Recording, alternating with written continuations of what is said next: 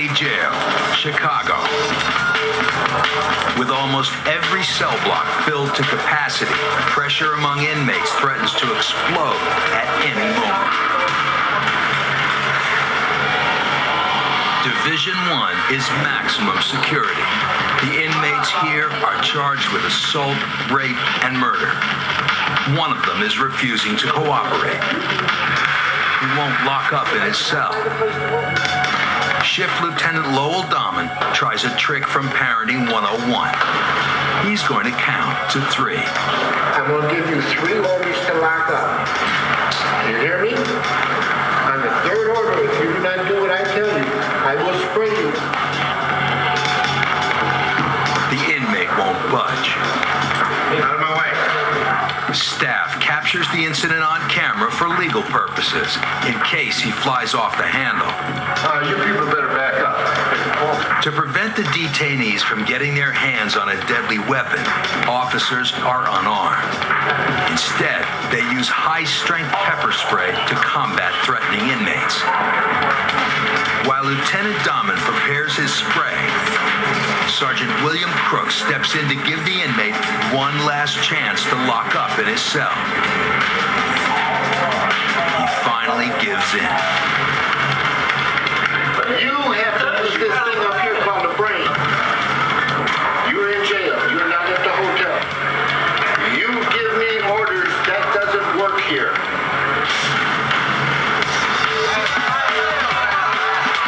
These new inmates have a hard time adjusting to strict rules inside the jail. All right, let's go, guys. They have to march when we tell them to march. And they have to get up when we tell them to get up. All right, go ahead. They have to go to bed when we tell them to go to bed. You feel like you're being treated like a kid. Because you are.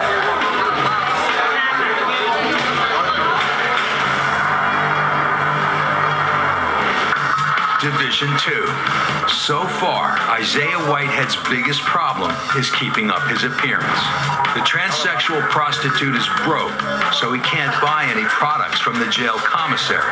As a result, his beauty routine is drastically altered. The last time you see me, I mean, I wasn't completely de-shaved, but I wasn't as hairy as this. The hygiene is not the best here. Unable to post his $200 bond, Isaiah will remain in jail for the next few weeks. He'll have to fend off other detainees expecting sexual favors. They're really full of themselves. Because if a real woman on the street as pretty as me, when I do get dressed up and wouldn't talk to you, what makes you think I'm going to?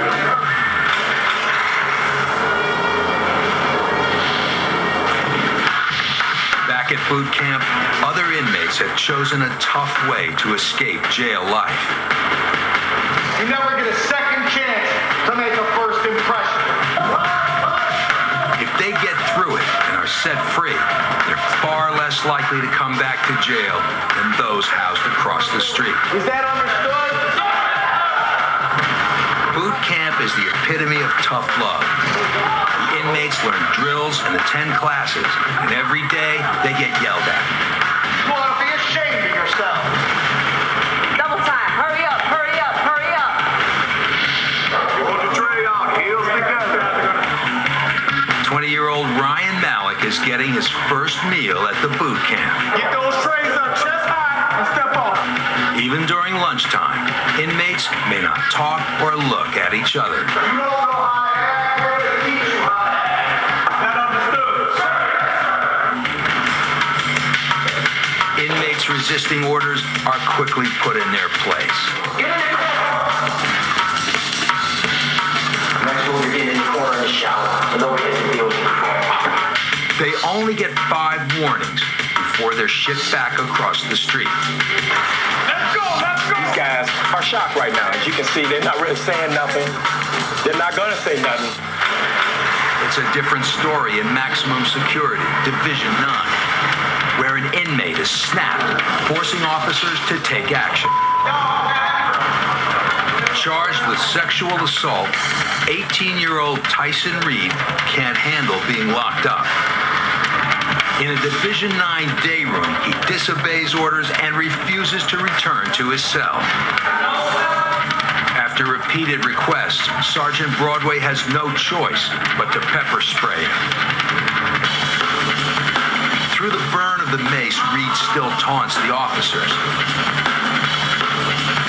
He stumbles, and the sergeant sprays him again. This time, the mace takes effect.